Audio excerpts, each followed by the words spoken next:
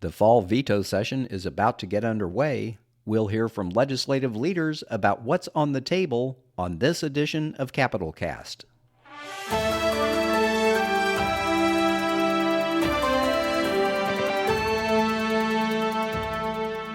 Hello, and welcome to a special edition of Capitol Cast, a regular podcast of Capitol News, Illinois. I'm Peter Hancock. Illinois lawmakers returned to the State House this week for the start of their annual fall veto session. Theoretically, this is the legislature's chance to respond to vetoes the governor might have issued on bills passed during the regular session. But there are lots of other issues on the table that lawmakers could take up during their short time in Springfield. Those include rescuing the Chicago mass transit system from a fiscal cliff, developing energy policy to address the state's growing demand for electricity, the future of the Chicago Bears, and the state's increasingly tense relationship with the Trump administration in Washington. Capitol News Illinois' Ben Szalinski recently interviewed the state's top two legislative leaders, House Speaker Emanuel Welch and Senate President Don Harmon, to find out what people can expect from the General Assembly in the next few weeks. Here now are those interviews, starting with House Speaker Welch. Speaker of the House, Welch, thank you for joining us now on Capitol Cast. We'll start off pretty broadly here about the veto session agenda. What kind of things can we expect to see the legislature get into in October here? Well, Ben, first of all, it's good to see you and good to be with you on your podcast. Uh, you know, when we return on the 14th for veto session, we're only going to have 6 days. And, 6 days is a very limited time to come together. And so we're going to be trying to focus on the things that people are talking about at their kitchen table.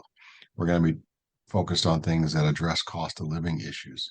We're going to try to address things that what people are talking about in their homes each and every day. And so we know that people are talking about the cost of utility bills. We know people are talking about the cost of grocery prices and the things that affect them every day. And so those are the things that in a short period of time, I really want to focus on addressing cost of living issues. Mm-hmm. I think one of the things that's also being talked about a lot by people these days is what's happening here in Chicago with ICE raids, immigration, the National Guard deployments that the federal government has made. I don't know that there's much the General Assembly can do about, the concerns people have regarding federal actions. But I'm just kind of curious to hear your thoughts on this situation as both a state lawmaker and also as the representative of Broadview. Ben, what the Trump administration is doing is un-American. Having ICE come in and antagonize and intimidate communities all across the state and in cities across the country, kidnapping people, disrupting families without due process. It's just un-American. And then to bring in the military into American cities is unbelievable, un-American. It's just despicable. And I support the governor and the attorney general filing a lawsuit against the Trump administration for attempting to bring the National Guard into our state, into our city. They're not wanted. They're not needed. There is no crisis that would warrant bringing the military into our city or into any of the American cities. It's shameful what the president is doing. And we are going to push back and use all legal means at our disposal to push back. Is there anything the legislature can do regarding whether it's I don't know about the National Guard, but people's concerns about ICE violating their rights? There any role for the state legislator to play here, or is this purely going to have to be fought in the courts? Well, certainly the courts are one place that we will fight. In May, in anticipation of where we are now, we did increase the Attorney General's budget to give him the ability to go into court and fight on our behalf. And thank God we have an Attorney General who is fighting and pushing back against this administration.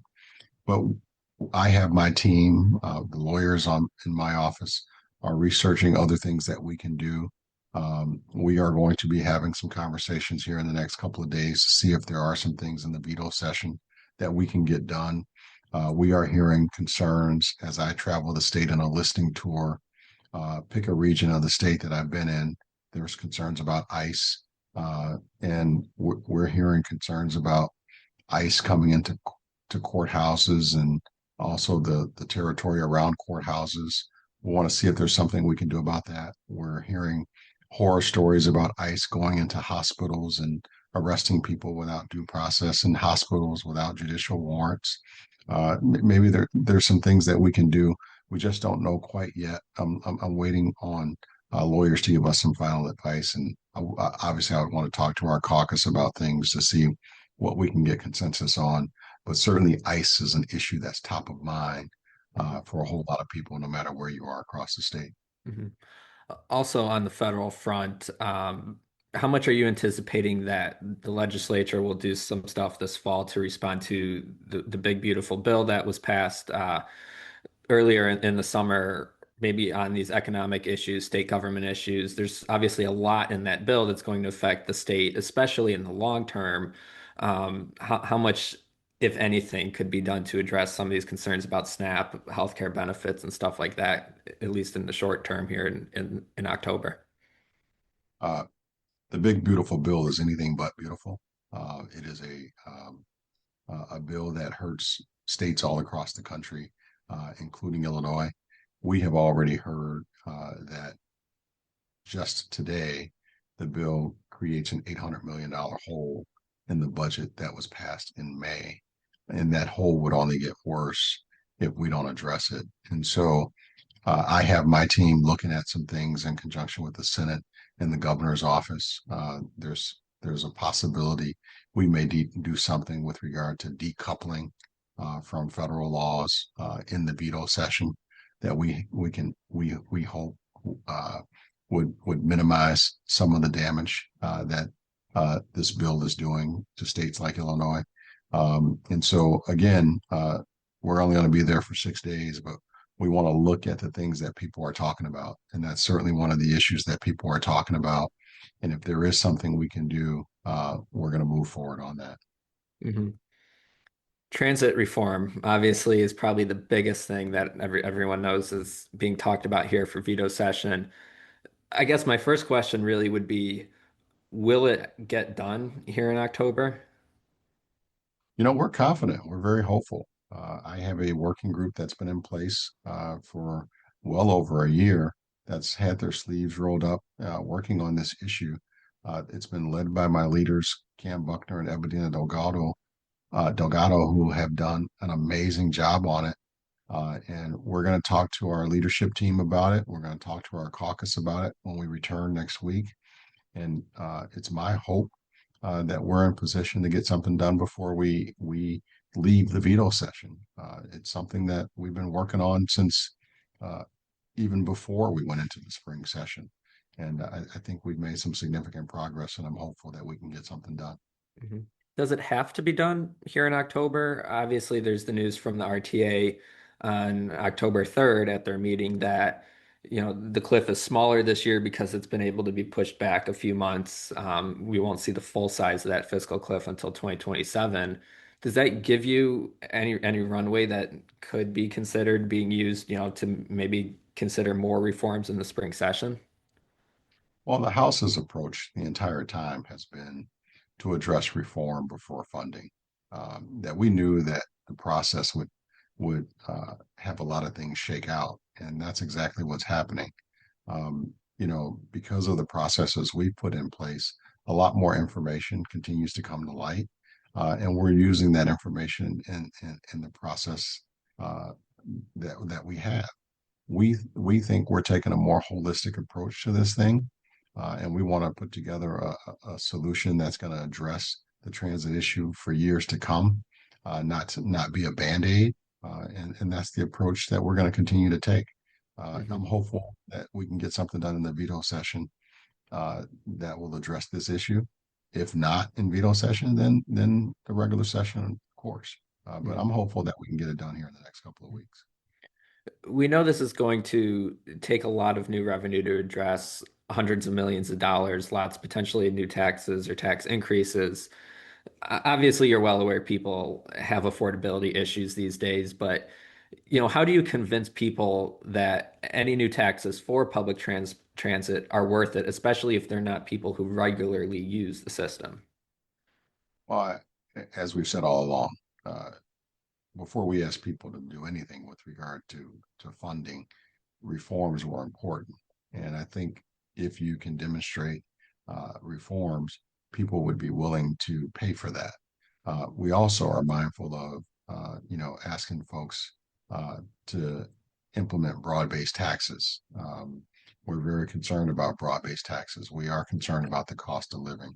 Under the Trump administration and under the tariffs that are out there, the cost of living continues to go up, not down on day one like he promised. And so we're sensitive to that issue. And so our team is looking at a whole list of revenue options, and we're going to try to put together a package in conjunction with the Senate and the governor's office that we believe can address this issue without hurting everyday people. But I'll tell you, it's important that transit is around so that people can get to and from work. And so with reforms, uh, I do believe people would be willing to pay for reforms. Hmm. Switching gears a little bit here, you mentioned at a recent town hall that data center regulation could be something that is looked at this fall as part of energy legislation. There's been talk about some energy package for a while here in Springfield, it seems, but do you expect anything is going to be done on this fall? Well, once again, at least I'm hopeful because we've got an energy working group that's been around this issue. I'm getting positive reports. I know there's been some conversations around data centers, uh, with regard to multiple things around data centers in particular, energy supply issues, and with regard to cybersecurity, data sharing, privacy issues. And there's been some very positive conversations that have been taking place. I'm hopeful that something can get done in the veto session, but if not, again, it's only 6 days. If not, we can tackle it in the spring session. But my folks are working with the idea that we can try to get something done here in the veto session. Mhm. There's a lot of different components to this energy conversation. Sometimes I wonder, has the issue gotten almost too big where maybe there's too much trying to be tackled at one time? Is this something you can break up, or is this going to end up being some larger package? Yeah, sometimes they can get too big, and that's what kills it. And so, hopefully, we can get it just right and get something done. If not, it's going to probably have to be something that carries over into the spring. It's a delicate balance, and you really don't know if it's too big until the thing crumbles. But the positive thing, Ben, as you and I are having this conversation today, is that people are still at the table. The conversations are still happening. The reports that are coming out are still positive, and so that's why I tell you today that I'm hopeful. I have not heard people say that it's going in a bad direction. Switching gears again here to another topic. You, the Senate President, the governor, you wrote an op-ed earlier this summer about the General Assembly possibly looking at some home insurance reform or more broad insurance reform after State Farm increased rates on people here in Illinois. Can we expect to see any legislation on that this fall? Well, that goes directly to cost of living issues. That goes to what people are talking about at their kitchen tables. They look at their escrow accounts in their monthly bills, and they see that property taxes have gone up. They see that their homeowners insurance have gone up, and therefore their monthly mortgage payment uh, has gone up because of what they have to put in their escrow accounts. And so, if we can build consensus around something, that's another issue that I'm hopeful around getting something done in the veto session on. Again, when you only have 6 days, anything can pop up to kill something. But I am really concerned about addressing things that are affecting people at their kitchen table, and that's one of them. It's not a veto session interview if I don't ask you about the Bears. Obviously, you've been asked about this a lot, and I think the answer coming from lawmakers, the governor, has been pretty clear. I think the question people are just interested in hearing again is this anything that is even remotely on the table here in the spring session? Obviously, or in the fall session, obviously the Bears want to see it get done here in October, but there's a lot on your plate, as we've talked about. Yeah, I'm not aware of people talking about the Bears at their kitchen table. Um, it's not an issue that has come up in town hall meetings, in roundtables that I've had across the state during my listening tour. I mean, obviously, we touched upon it when I was in Arlington Heights, of course, because that's an area that would benefit tremendously by a project coming to Arlington Heights. But you know, it's an issue that I'm not sure the support is even there to broach it in the veto session. Certainly, we're going to have conversations to see where people are on it, but I don't believe that's a top priority in a limited period of time. What is the path to passing some sort of bill that would theoretically help the Bears leave Chicago? I mean, obviously, a significant number of Democrats are needed to pass a bill, and a lot of them come from Chicago. It's hard to see a Chicago lawmaker voting for something that could take away a major business from their community.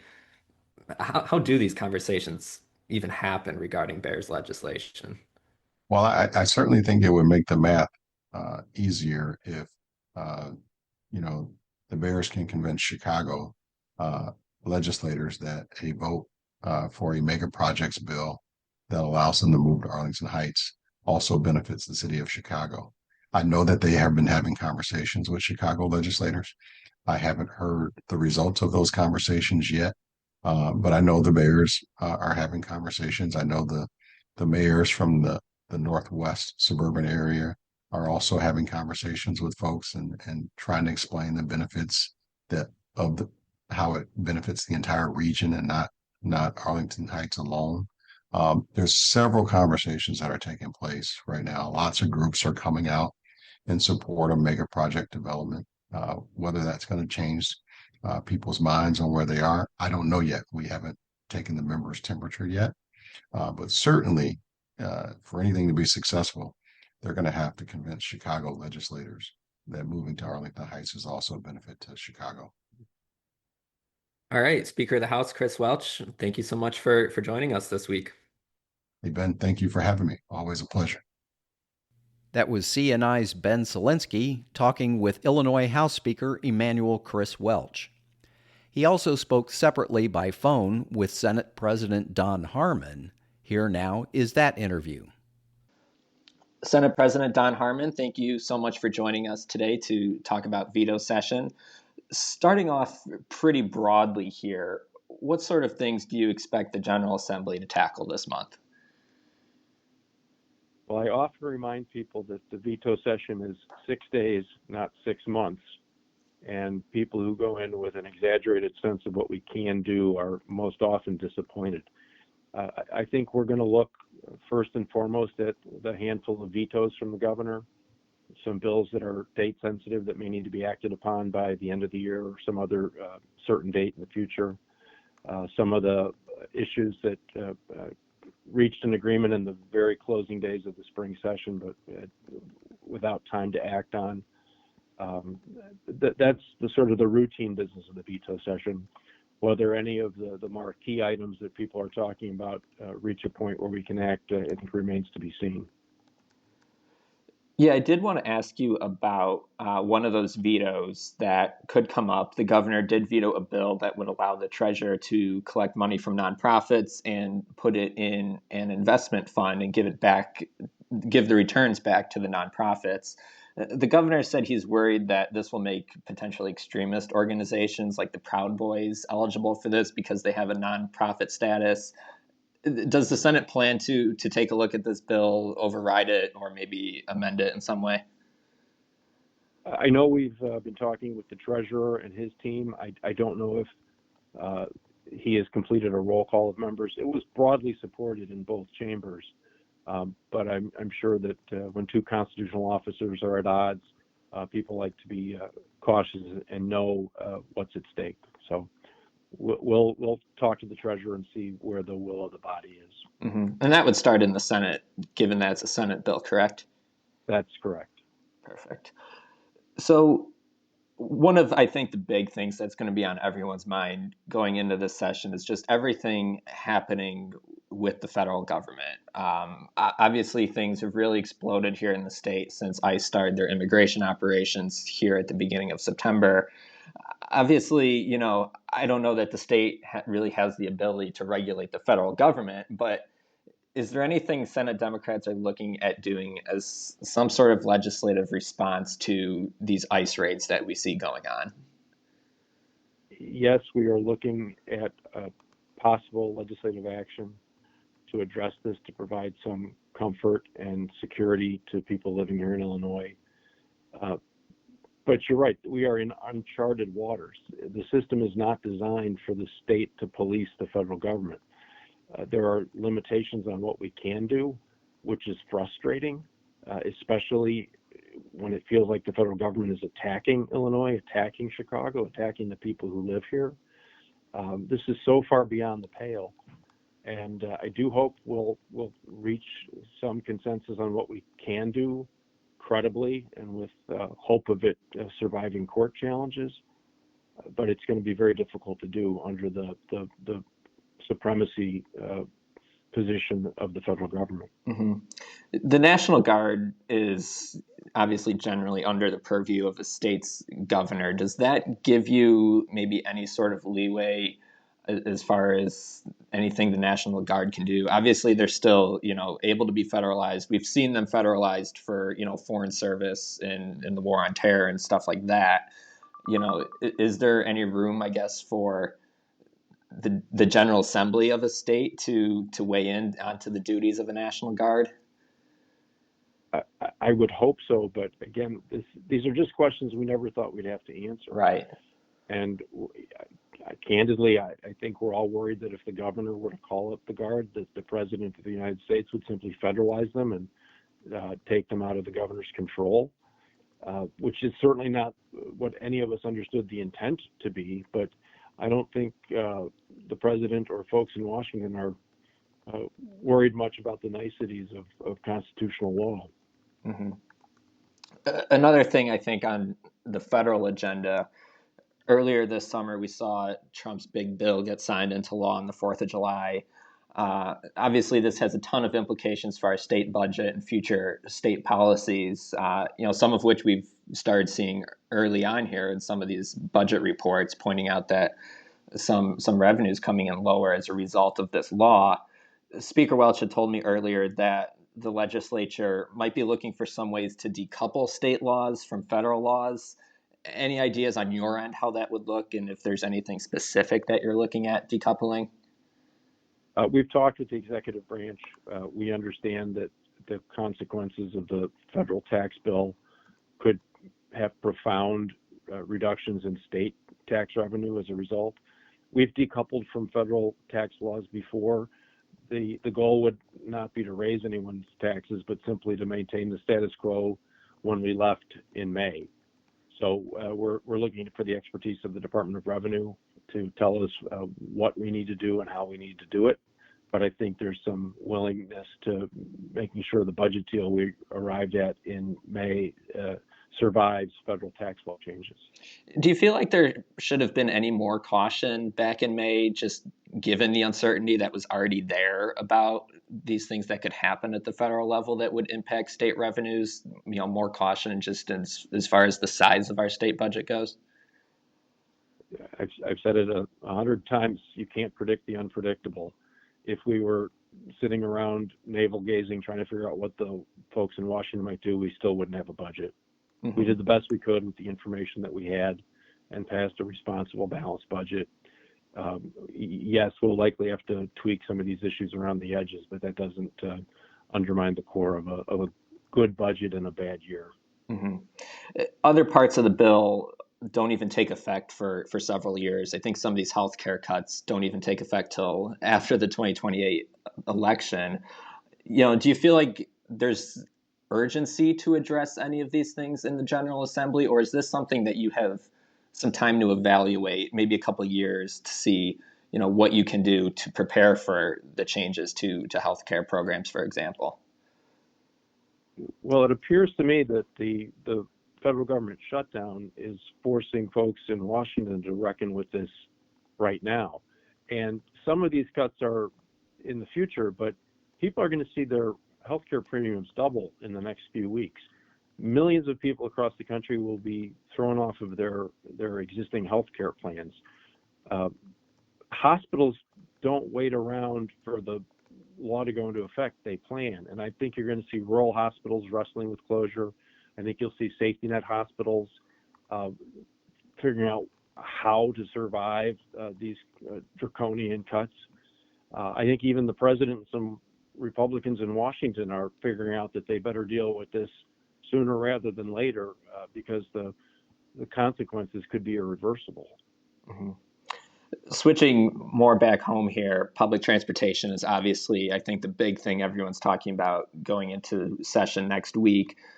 The Senate passed a plan at the end of May that didn't really seem to have much support in the House. I was told they just hadn't really had time to look at some of the revenue things in that bill.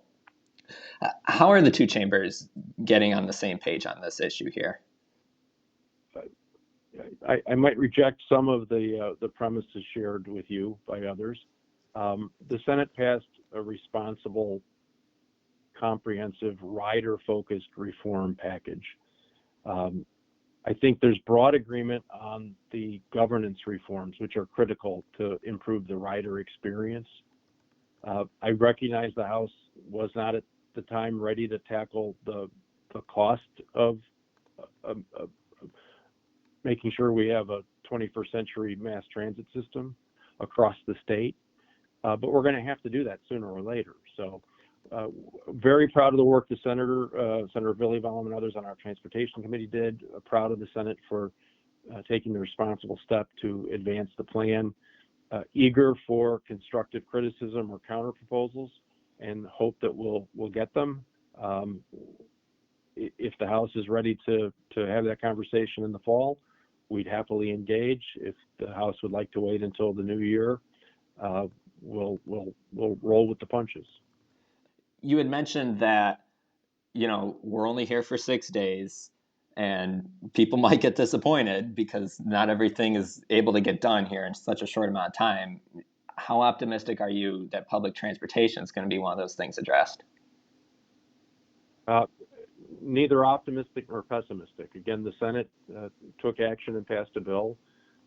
We're eager for the House to react. If they offer a counter proposal in time for us to take it up, we certainly would. But I think a few more conversations need to happen first. There was some of the tax increases in that bill that got a lot of pushback just in the general public. The delivery tax seemed to be the one that frustrated people the most. Obviously, it's no secret that people are struggling with affordability issues right now. The economy has probably gotten tighter since you left Springfield back in May. How do you sell it to taxpayers that they might have to pay more to keep these transit systems running, especially if a person may not necessarily use that public transportation system? Nobody likes paying taxes. I'm not pretending that anyone does. That said, everybody in Illinois benefits from a robust public transportation network. If you're in a car on the highway and suddenly there are twice as many cars because there's no train running next to the highway anymore, that's going to impact you. We are looking for ways to finance public transportation with revenue derived from a transportation or transportation adjacent behavior. So I've said publicly, if you don't like the revenue package the Senate passed, and frankly, I don't like some of the ingredients, tell us what you do like. Because this, again, it's a generational opportunity to really rebuild the public transportation system for 2050 and not simply sustain the one from 1975. But these investments are expensive. Is there any revenue sources that are completely off the table for you? I rarely take anything off the table. I think the process works more often than it doesn't, and the least palatable ideas fall by the wayside, and the more palatable ones advance. Energy is another subject getting a lot of attention as well. There's a lot of different areas that people want to see addressed on this topic, but what do you feel like is the most pressing issue that needs to be addressed on energy right now? Well, Illinois has long had the advantage of plentiful and affordable electricity. We are in a good position having so many non-carbon generating power plants in Illinois. But that advantage can erode. And what we've seen most recently is the capacity charge imposed by an out-of-state regional network manager driving up people's energy bills each month. I think that there are ways we could maximize the resources we have. I think battery storage, among many ideas, is one that could really help us balance our base load and draw power when we need it, not just when it's being put onto the grid. The problem, candidly, is that even responsible long-term efforts to drive down consumer costs could increase costs in the short run. And at this moment in time, that's a really difficult thing to ask people to do, to tell them it'll be good for them in the long run. So they might have to pay $1 or $2 more every month on their power bill. What is making it hard to pass energy reform? Is it just the sheer size of the various problems, that there's just so many different components to this?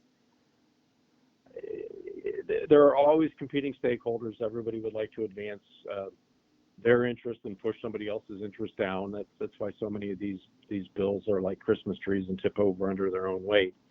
But I think members of the General Assembly are particularly concerned about their constituents' abilities to pay their power bill every month.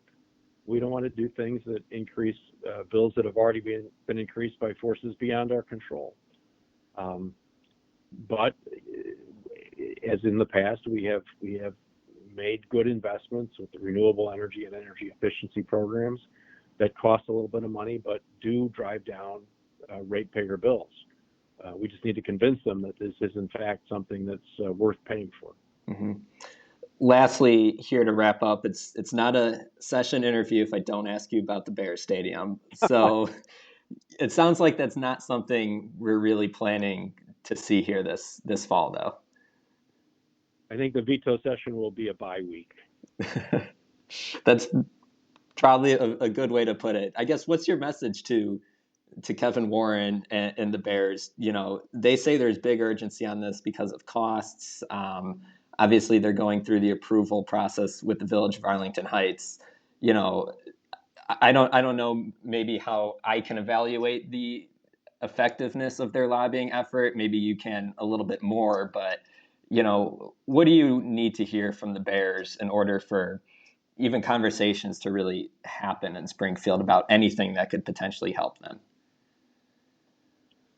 I am most concerned about the health and ability of their offensive tackles. I don't give $8 or $9 billion operations business advice. They're going to have to make whatever decision they make about where they want to be. I heard with interest the governor's reminder that perhaps they should offer a plan to pay off the debt on the existing stadium before asking for any sort of help with a new stadium. But yeah, I'm not in the business of giving them business advice. Well, I'm also concerned about their offensive line, so it's probably bipartisan support for that as well. Senate President Don Harmon, thank you so much for joining us on Capitol Cast this week. Thanks for having me. That was Capital News Illinois' Ben Szalinski talking with Illinois Senate President Don Harmon. And you've been listening to Capitol Cast. Capitol Cast is a production of Capital News Illinois, a public affairs reporting project of the Illinois Press Foundation with funding from the Robert R. McCormick Foundation. Until next time, this is Peter Hancock saying thank you for listening.